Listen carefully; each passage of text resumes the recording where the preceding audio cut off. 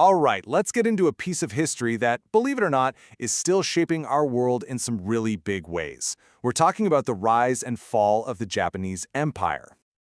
So, it really all kicks off with something you might see in the news today. You see these tiny, removed islands, little rocks in the middle of the sea, really. Take Dokdo, or Takeshima as it's called in Japan. Have you ever wondered why these little spots cause so much international fury? I mean, why are they constantly at the center of these huge diplomatic blow-ups? Well, here's the thing. The answer isn't really about the islands themselves. No, it's about something much, much deeper. It's this lingering, structural legacy that an empire left behind. Historians have this great term for it: institutional residue. Think of it like this. The empire is officially gone, but the rules and categories it created, they're still here, and they're still causing all this trouble. Okay, to really get this, we've got to rewind. Let's go all the way back to the 19th century. This was a time when Japan was basically forced to learn the ruthless rules of a game being played by powerful Western empires. It was a sink-or-swim situation. You see, the world back then, it wasn't a world of equals, not even close. It operated on what's been called a grammar of civilization. Now, that sounds complicated, but it was basically an unwritten rule book that sorted the world into two camps: the colonizers, who had all the rights, and the colonized who, well, didn't. And the difference was just stark. You had the civilized states on one side. They had full sovereignty, they made the treaties, and you could not colonize them. Then you had the uncivilized polities. They had partial or no sovereignty, and, crucially, they could be legally colonized. And when Japan was forced to open up to the world, guess which category it was shoved into? Yep, the second one. And this wasn't just some abstract idea, you know? This classification had real, painful consequences. It led to things called unequal treaties. These were totally one-sided deals forced on Japan, giving Western powers all sorts of legal and economic perks. Imagine foreigners in your country not having to follow your laws. That's what was happening. It's so important to remember this. Japan was a victim of this imperial system long before it became a player. So, what happened next? The whole Meiji Restoration, this incredible period of modernization, it wasn't just about progress. It was a desperate, high-stakes race to get reclassified, to jump from that second category to the first. They studied everything the West was doing. They copied and adapted Western models for their military, their government, their legal system, the whole shebang. All of it was to prove one thing: hey, we belong in the civilized club too. And that brings us to the next crucial phase, because Japan decided it wasn't enough to just survive the game. They wanted to master it, and that meant becoming an empire themselves. Think of the Sino-Japanese War in 1894 as their final exam. But here's the twist. Just winning wasn't good enough to pass. No, they had to win in the civilized way. They had to follow all the Western rules of warfare. Formal declarations, proper conduct, the works. This whole war was basically an exhibition for the West, a performance to prove that Japan was no longer a student, but a peer. And boy, did they graduate with honors. It happened so fast. First, after beating China in 1895, they got Taiwan. Then, and this was a moment that absolutely shocked the world, in 1905, they defeated a major European power, Russia. Nobody saw that coming. And by 1910, they had annexed Korea completely. Just like that, the student had become the master. And you can just see the result of all this. What started as decades of slow, careful acquisitions suddenly explodes into this massive wartime advance. The empire just mushroomed, spanning all the way from Manchuria deep into the Pacific. The scale was absolutely staggering. So, how do you manage an empire this huge?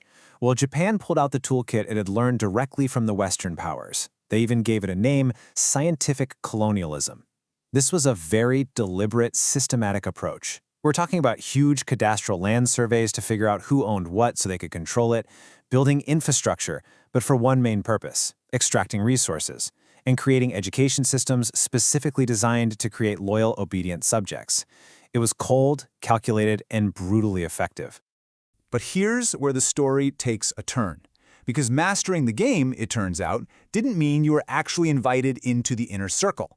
Japan was about to hit a brick wall, and this moment would expose a fatal flaw at the very heart of their imperial project. Okay, picture this. It's 1919, after World War I. Japan is at the Paris Peace Conference. They are now officially one of the big five global powers, sitting at the table with the victors. This was their moment. They thought, okay, we've earned our place. So they proposed something pretty simple, really. A clause to be added to the League of Nations Charter, just affirming the equality of all races. And it was rejected, blocked, specifically by the US and Australia. The message was loud and clear, and it was crushing. You can be a player, Japan. You can be civilized. You can have an empire. But you will never, ever be our equal. Why? Because you're not a white, Western nation. That was the invisible line they could never cross. And this rejection from the outside was mirrored by a truly horrifying contradiction happening inside Japan. Just a few years later, in 1923, the Great Kanto earthquake hits. In the chaos that follows, these terrible racist rumors start flying around that Koreans are poisoning wells.